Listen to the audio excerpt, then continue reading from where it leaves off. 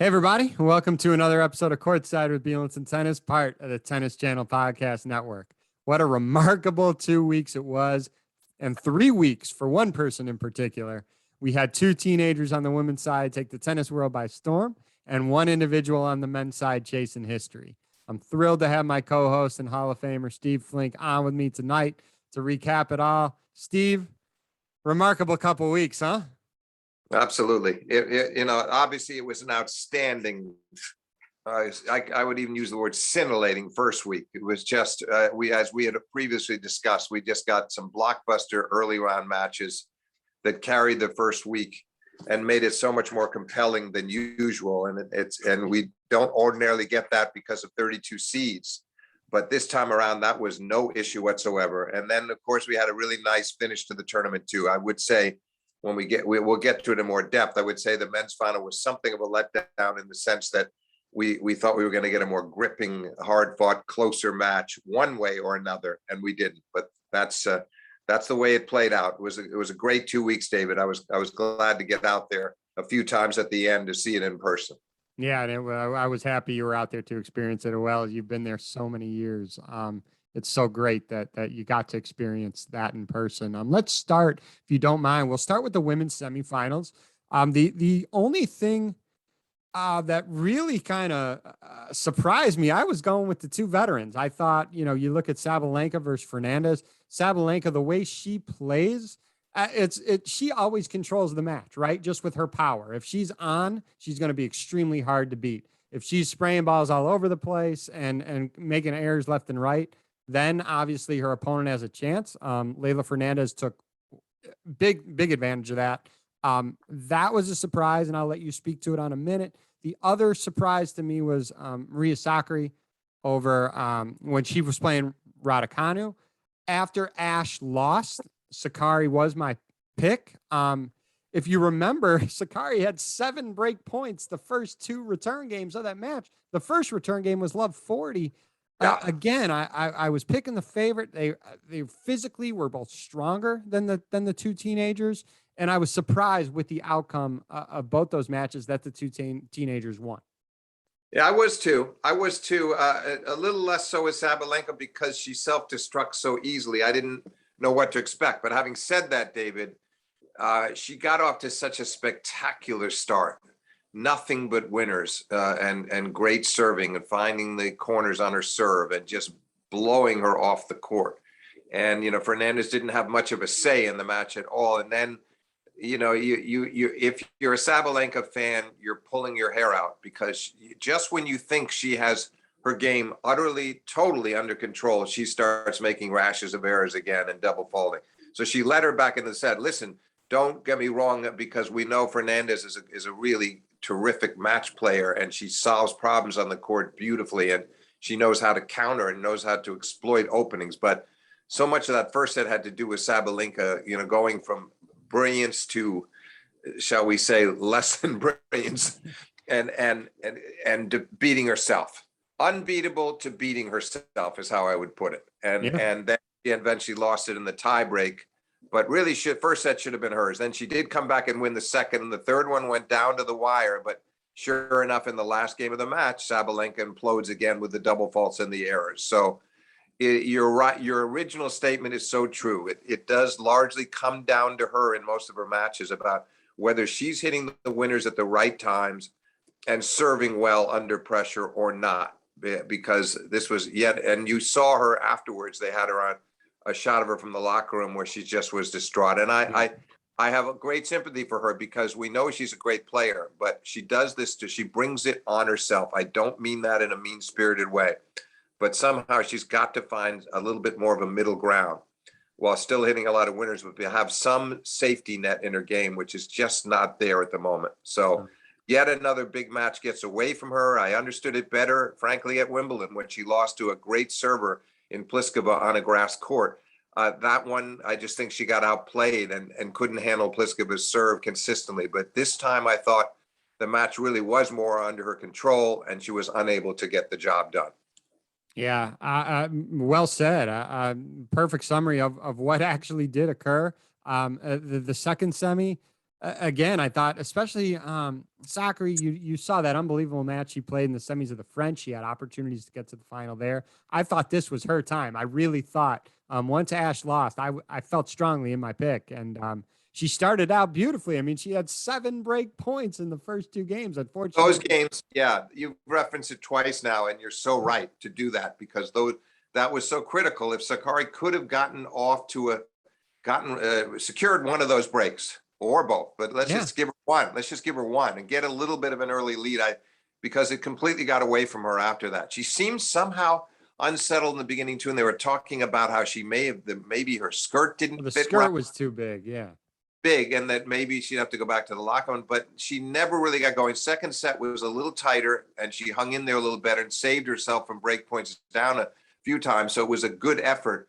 But I was disappointed in her performance. Meantime, Raducanu she made a believer out of me that round, I have to say, because now I'm just saying, wait a second. We've talked about the good draw, but now she's playing some really accomplished players, and she is not in awe of them at all. And she's showing that she can still control the climate of the match largely with her depth and her ball control and just her good kind of instincts, good strategic acumen. I don't know where it comes from at 18, 19 years old, but she's got it.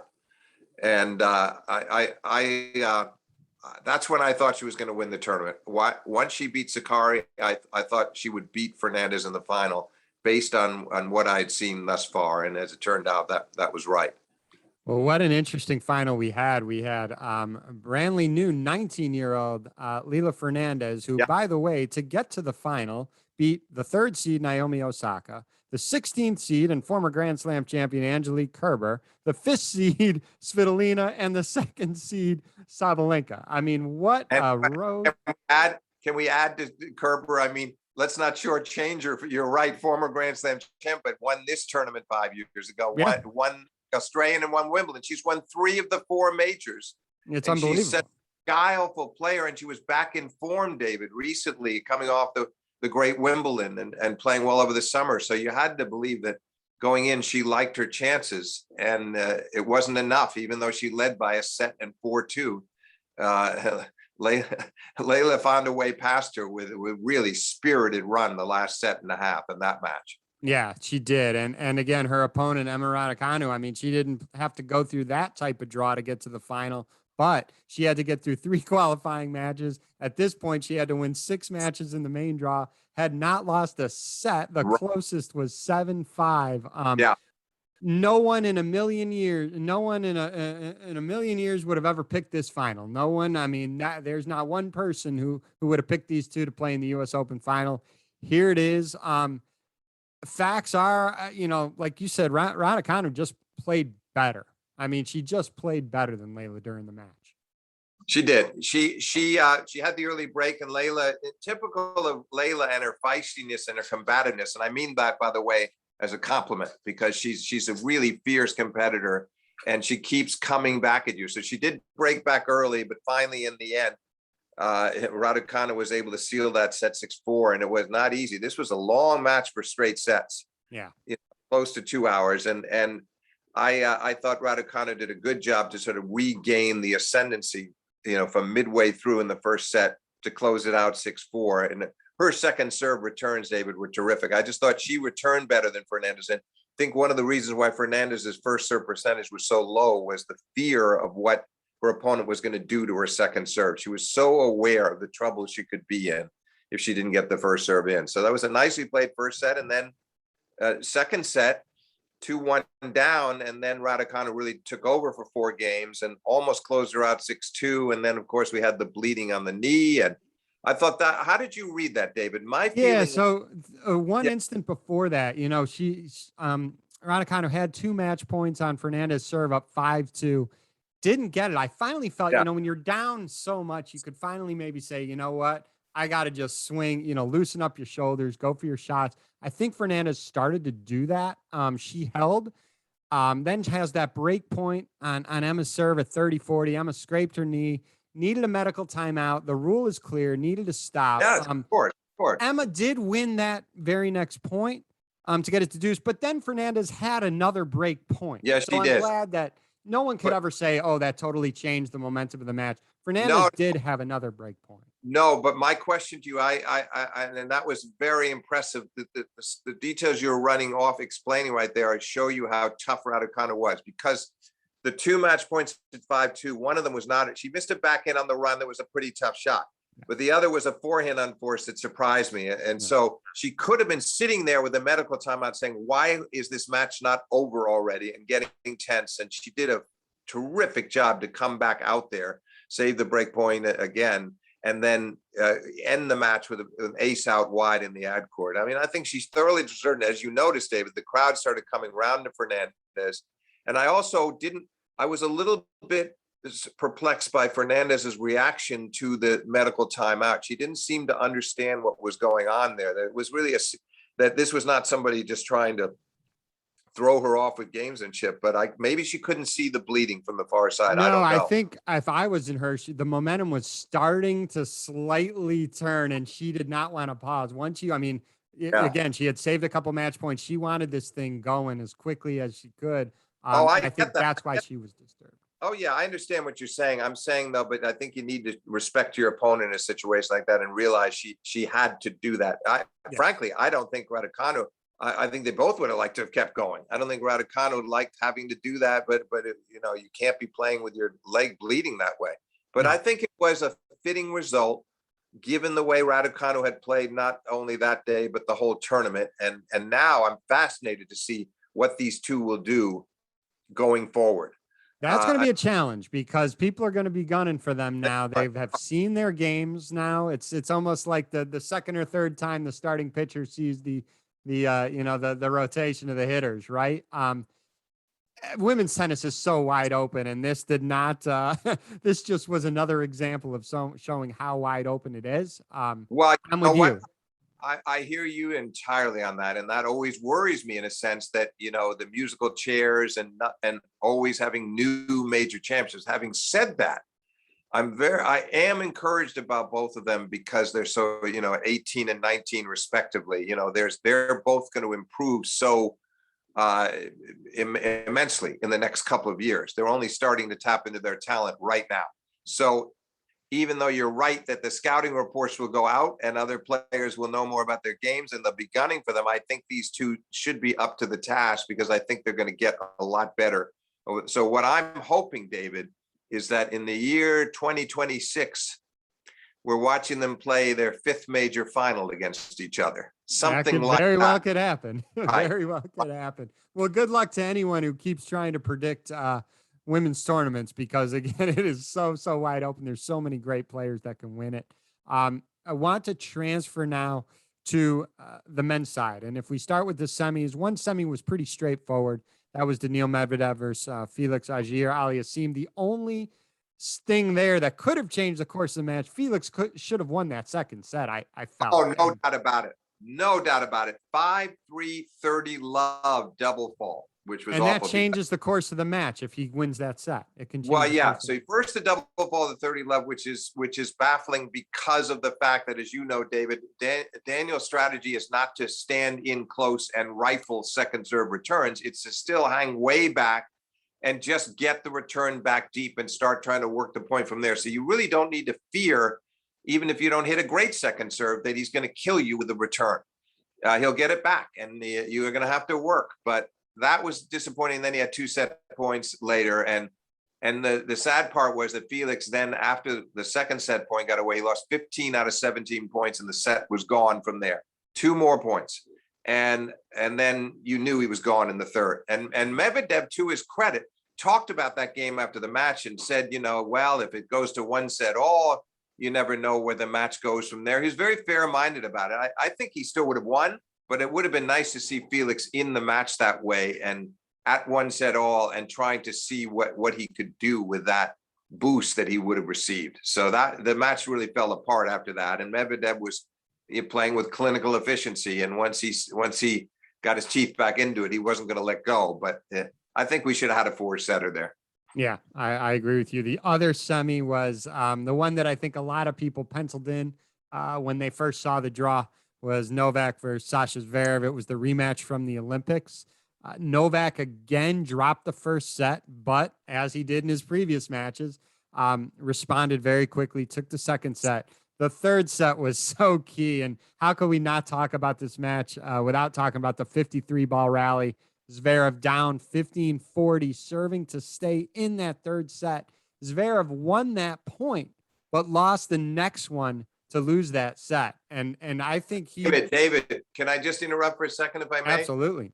So true what you said, but I just wouldn't use the word lost the next point, only because Novak won it. In other words, to his credit, Sasha continued to play well. The next point was a hard-fought point, and Novak had Sasha at a position to slice that forehand back short cross court, maybe hoping that Novak would miss the approach off a low ball, but Novak made a perfect approach, put away an overhead, and that was the set. And he raised his arms, and I think that was that you're so right to cite the third set and the end of the third set, particularly with the 53 stroke rally and all the points in that game.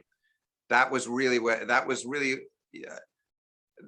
the most fascinating juncture of the match. And yet, despite Novak winning this set that was and he'd saved 3 break points early. So he'd done a great job to salvage that set. That Sasha came back, got an early break in the fourth and made that one count to take it into a fifth. I was surprised. I thought, especially after losing a crucial game, it takes so much out of you. You know, you usually see the great ones kind of run away with the fourth set. You see it with Rafa all the time. When Rafa would play guys, he'd play unbelievable for a set or two set, then, you know, walk over them the final Novak, set. But yeah, Novak explained, though, David, that he felt that, I mean, it was a tough break because he had a few game points there, 1-1 if he could have held and kept holding. But once he got down the break, he said that it's very hard to break back against him from a breakdown.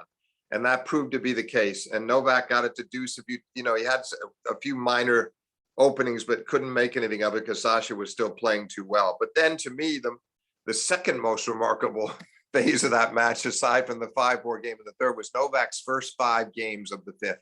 Yeah. So before we get to that, I thought after the fourth set, to me, I thought this was the first time that Novak actually may have felt match pressure, like he could lose a match. We talked about his previous matches. He lost the first set, 3 or 4 of them in a row previously. But myself, and I think most tennis fans, were never really worried that Novak may actually lose this match. This was the first instance where I thought, okay, he's feeling match pressure now. Let's see how he reacts. And boy, did he react in a big way, like you were saying. Yeah. So to get to your point, I think one would have thought that, but he started the fifth with such total self-assurance and inner conviction. And then next thing you knew, he's at 5-love at the cost of 6 points, and he's just played impeccably. And then, to Sasha's credit, he didn't let Novak serve. Sasha held, and then he didn't let Novak serve it out at 5-1. Novak had a couple of deuces in that game, but couldn't close them out and ended up double faulting to make it 5-2. And now it was getting interesting again. I never really thought Sasha could come all the way back, but it could have potentially been a nerve-wracking game for Novak, serving for the match a second time. So what does he do? He changes ends of the court. They go to the changeover. He goes back out, and he breaks Sasha for the 3rd time that set. So it was a really remarkable performance from Djokovic to win the 5th set in that fashion, given how well Zverev had played throughout. It really was. And I'm thinking of the Andy Roddick quote, first he takes your legs and then he takes your soul. And I was thinking about that when it was 5-0 in the 5th set. I'm like, oh my God. But, but again, I thought the professionalism of Zverev to not, you're sitting there to change over knowing you're down 5-love. It took a lot of pride to go out and hold the one time, but then to break him, I think that was impressive to me. That said a lot about his professionalism and his determination to hang in there at that stage after all he'd been through. 100% agree. And here we are. We got one match to go for history. The first time since Rod Laver accomplished the Grand Slam in 1969. Previously, before I think the draw was even out, I picked Daniil Medvedev I just tried to do something different than you and Tracy. Obviously, you and Tracy both picked Novak as long as the rest of the tennis world did. I just tried to do something different. But then on our previous pod, I said, if Novak's going to lose, he better lose before the final, because I Yeah. think if he gets to the final, he's going to win. And I want to set this up, and then I want to hear your thoughts on it. And again, it's maybe my psychology background that has me so intrigued with when there's scenarios like this. Getting Novak to get to the last match, all he had to do was play. There was no more preparation. There were no more other matches he had to think of. All the hard work was behind him. You start on a blank slate at the beginning of the year. He wins the Australian Open, never easy to win a slam. He then wins a miraculously brutal French Open, one he's had to win a couple 5-setters down 2-0. He has to also beat Rafa, who, again, no one wins the French practically ever. Rafa has owned this title. He's And now David, the heavy favorite. Although he's now the heavy favorite at Wimbledon. He gets through that, and now all eyes on him, and the pressure is building each and every match. And he's thinking about this, thinking about this, thinking about this. He's finally made the final. All that is done. All he has to do is now play, and the outcome was different. okay, just a quick to go back briefly to Paris. Not only did he make the 2 comebacks from 2-0 down, but to be down a set to Nadal on clay is almost as bad as being down 2-0 against anybody else. And he lost that first set in Paris. So there's another example, right? At Wimbledon, only 2 sets more straightforward that tournament. It's a good point you're making, David, but I think to balance it, it's also suddenly it's staring you in the face. It was easier to take it match by match until the final, but suddenly now you realize the enormous implications of this match, incomparable to any match you've ever played in your career. And there you are, and it's right there, and you're playing the guy that you played in the Australian Open final, hoping to replicate that win that he had and that was so convincing over Daniel in Melbourne, which was 7-5, 6-2, 6-2.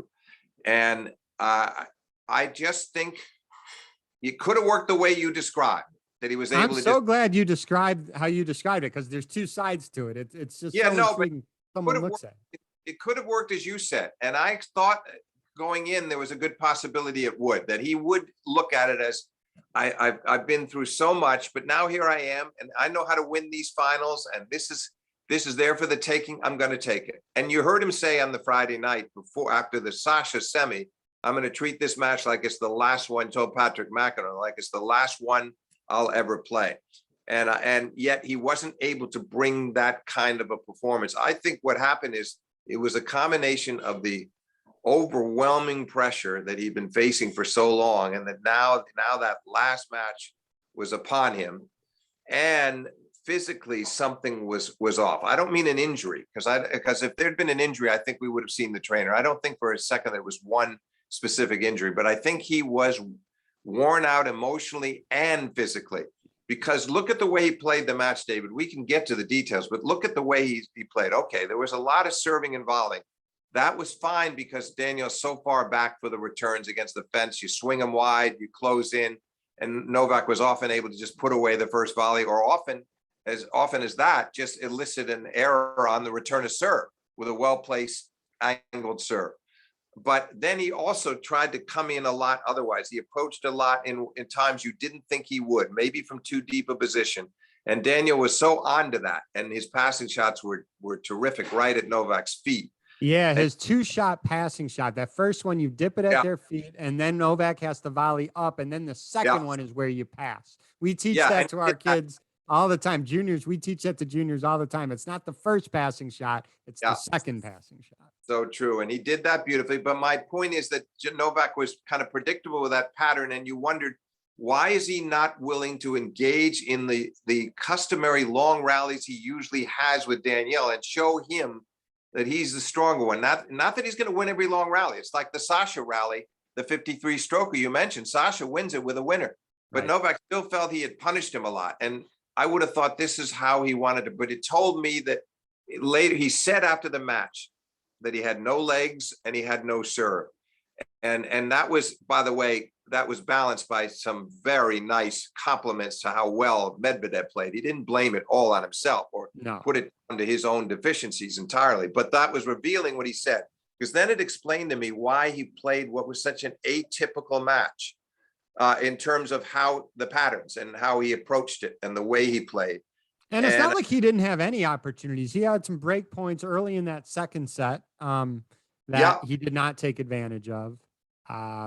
yeah, he had love 40. He had love 40 to go up 2-love. So then at that moment, you're thinking, my God, this is going to be just like the Berrettini match. It's going to be just like the Zverev match. This is becoming deja vu all over again. And He yet, also had break points in the fourth game of that second set. The second set. yeah. But first, the love 40, that was disappointing to him because he chased a drop shot down at love 40 for 2-love and sliced it. He instead of trying Sliced forehand. slice forehand cross court. So not only going cross court, but you're hitting with slice, and Daniel was able to pass him down the line. And that was not normal Novak. And then he lost the next point. And then on the third one, the 30-40 point, he just sliced it back into the net and was furious with himself, smacking his chest, just really angry with himself for giving that one away. And Daniel gets out of it. And then, of course, 2 more break points that could have given him 3-1. And Daniel hit a great backhand down the line on one of them. I give him credit, but that we normally, if this match had gone the way of the previous 2 or 3, and Novak gets that break either time, and he speculated on this himself, who's to know? And of course, what we haven't even discussed is this crowd was euphorically behind Novak in a way that he's never experienced in New York, ever, nothing close to that. So just think of the lift they could have given him. Had he been playing well, had he been succeeding more and getting up these breaks, they would have been cheering him on so vociferously. It could have made a big difference and would have been all that much harder on Daniel, who had to deal with them, but deal with them while he was always in front. Right. So those two, but the 2 games you mentioned, and Novak brought those up too without even being asked, those were critical because those were the only real chances he had until he broke Daniel toward the end when Daniel served for the match the first time and the crowd was going wild. And little did we know it, but Daniel was about to be suffering from cramps, which he didn't explain until afterwards. That's interesting. Yeah, I mean, we saw him start. It's always tough to close out a match, especially one in a Grand Slam final. Your first final started double fall quite a bit when he had some match points. And He did, and the crowd was cheering them, which was tough on Daniel. But part of it was, I think, he wanted to go for very big second serves because he wasn't entirely clear on exactly when the cramps started, but definitely was bothering him when he served the second time at 5-4. And he talked about how relieved he was that he got a first serve in on that last match point when Novak missed the return. Yeah. But you wonder how it might have played out if somehow Novak had got back to 5-all, and how, because I have to say, David, he alluded to another match Daniel did playing Goffin in the finals of Cincinnati a couple of years ago when he also cramped. And in each case, I saw the Goffin match and obviously this one, he is very good at hiding it. I mean, yes, he walked a little funny. It's true. I guess if you look at the tape, you can see something's a little strange in his walk, but not the reaction of someone who a normal reaction to somebody having cramps. And I'm not saying he's making it up. I don't believe for a second that he's making up, but I'm saying it must have been a form of cramps that was a little bit more manageable than it is for some players, because you see what they look like as they try to walk it off. And it's just exactly what it is. His was, he did it, and good for him, because you don't ever want your opponent to know that that's going on. But it would have been fascinating had the match gone on a little longer to see how he would have dealt with it. Yeah, well, Daniil came very, very close in 2019, playing that amazing final against Rafa, and he won his first major yesterday. He denied Novak Djokovic history. That being said, I mean, to go 27 out of 27, a lot of people, not a lot, but there have been other people who have won 3 out of 4, but not a lot of people were 27 for 27 with one more match on the line. There was not a lot of. Listen, that alone was a remarkable accomplishment. Well, it'd be interesting to hear. And Novak was very good after the match, and he lauded Daniel and he explained what he thought went wrong from his end, and how he did make a reference to the fact that, maybe that gathering pressure over time, and it could have, and he was very relieved now that the whole thing was done, and he wasn't thinking about it anymore. But I think in the months ahead and years ahead, we will later hear more about his psyche that day. That'd be interesting to hear. What led to the court, and because it was so apparent, David, even in the first game of the match, 40-15, and he loses his serve from 40-15. Then he nearly lost his serve a second time in the third game. I know he had some difficult first sets this tournament, but this is the finals. You kind of thought he was so aware of the first set difficulties he had had ever since Kei Nishikori, and moving right on through Brooksby, and then of course through the matches against Berrettini and Zverev. But you didn't expect to see him start the final like that, especially losing the serve from 40-15 in that first game. So I thought there were signs very early, and the movement. Yeah. The fact that he wasn't even, I know he struggled to break Sasha in the first set of their match, but it wasn't quite like this. He was just nowhere near getting onto Daniel's serve. And I thought he was a little slow off the mark going for that. So there's no doubt that physically he was sluggish, and there was no one worse to play against on a day like that than at top of the line, peak form Medvedev, who is very good at sensing what's going on with his opponent and mapping out the match in his mind and knowing exactly what he wants to do if he's allowed to do it. And he was allowed to do it, no doubt about it. He was terrific, and he deserved it. And now we have to wonder, where does he go from here now that he finally has his first major? Team got his at this tournament last year. Now, he was very unlucky this year, David, with some of the mental struggles he went through, and then definitely the physical part that's kept him out for the rest of the year. And hopefully he will be back in the winner's circle, but I'm convinced that Medvedev will be. Yeah, I agree. And, a lot of people we're saying, oh, this magic number of Novak, maybe 25 maybe.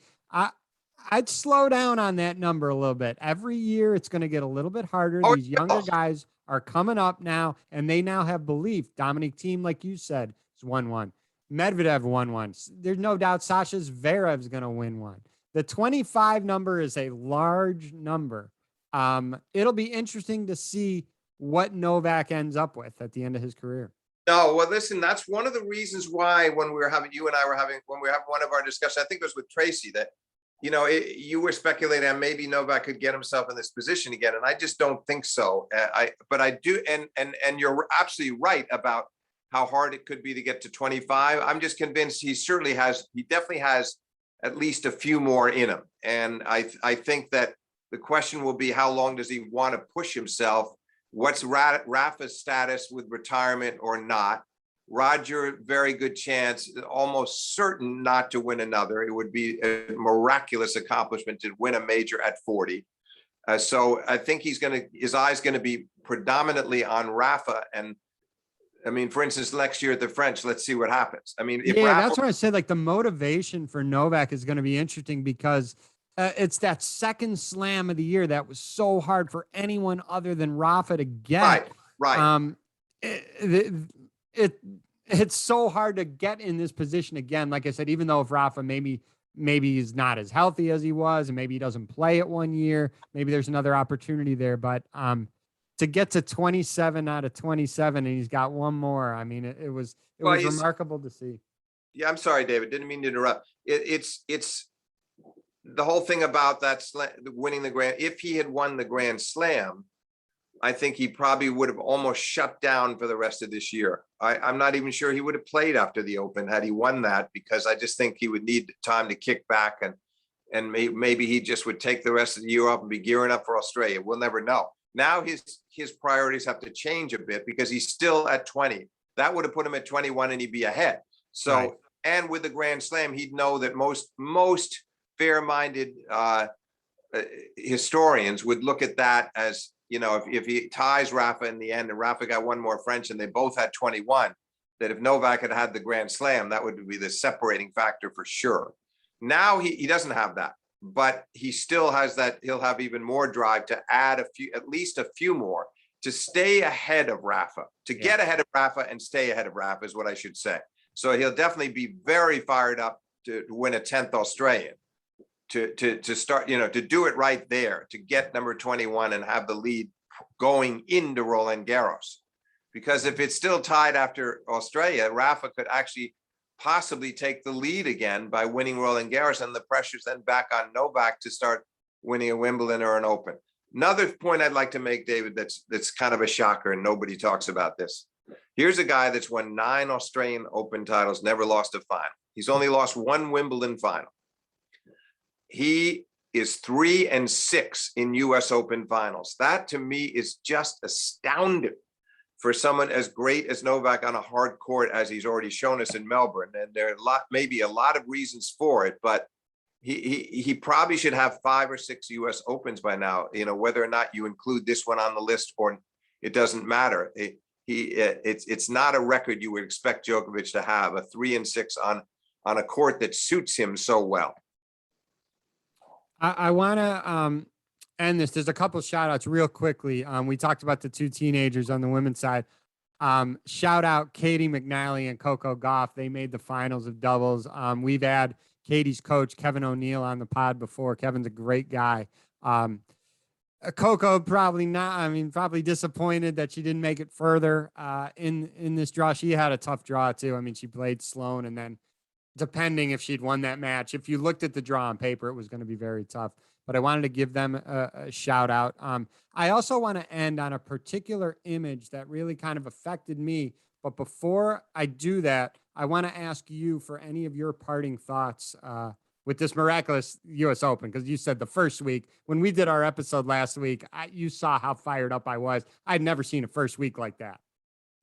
No, there wasn't. There hasn't been. And I think there's kind of widespread agreement on that, from the likes of Brad Gilbert to Lindsay Davenport to so many others who have said the same thing. And you really couldn't top it. Then I think we had a very good second week as well. I think the most memorable being Zverev and Novak in that semi that we discussed, that you wish that could have been the final because of it being 5 sets high quality. And I just think that the women's final for a straight set match was the most entertaining that I can think of. There are so many straight set finals I've watched between veterans at the US Open that weren't nearly as riveting as this one. And the crowd was really immersed in it, and the players, considering it's their first major final, both of them, they acquitted themselves really honorably. So I mean, all told, the only thing we could have asked for was a better men's final, in the sense that we had a top of the line Medvedev and a Djokovic who was far below his best. So, but that's a minor complaint because the tournament overall was gripping. Unbelievable. Yeah, very well said. I'll leave you with this, and I'll ask you for your thoughts on it as well. The image of Novak crying in his towel at one of the very last changeovers, and it gives me chills thinking about it right now. I think it was a combination of a bunch of things: the intense pressure, the intense buildup. None of us will really know what went into that. But again, to be 27 for 27, and he had one more match, and the realization that it's looking like it's not going to happen. That's one. Number two, as you stated earlier, the appreciation of that New York crowd, which he's wanted really badly. It showed immensely yesterday's match. And it was it was a really, really cool moment. It was out of respect. I don't think anybody no one liked seeing him crying to that towel, but it was so pure. That that moment was so pure that all of the emotions at that moment seemed to be pouring out of him. If there's a tennis picture of the year, that should be it. You described it beautifully, and it was a very poignant moment. And I think it's another example, though, David, because he got past his tears. He finished the match. He as usual was very sporting at the net, and he probably even more importantly, his remarks in the press conference were just very, very classy. And he went out of his way to say, "Daniel's a nice guy. He deserves this. He did very well." I mean, he balanced his own self-criticism with high praise for his opponent, and he wasn't lost in a sea of self-pity. And I think he proved once again that he really is, to me, in the truest sense of the word, he is a sportsman. Yes, he smashed his racket during the match once. He smacked his chest another time. I don't think that should be held over him when you weigh all of the other factors about how he greets the opponent at the net and what he says after the match. And I don't think anybody does either one of those better than Novak Djokovic. And this was clearly, has to be the most penetrating defeat of his career, considering the implications. And look how he handled it. So that will be one of the things, the lasting images I will take with me, is just the whole way he conducted himself in defeat. What a year of slams, and especially dealing with a pandemic that we're still not quite out of. No. kudos to everyone in the tennis world to get through. There's still tennis to be done. Steve, thank you to you. You and me, we got through the 4 slams together doing these episodes. You know how much fun I'm having doing it with you. I hope you're having as much fun as I am. And we're looking at, we still have more pods to do this year and looking forward to 2022. Because as you said, there's still a race of finals. We got 3 of the best still deadlocked at 20. David, I'm just going to have 3 more words. Back at you. Thanks very much. And we'll talk soon. Thanks.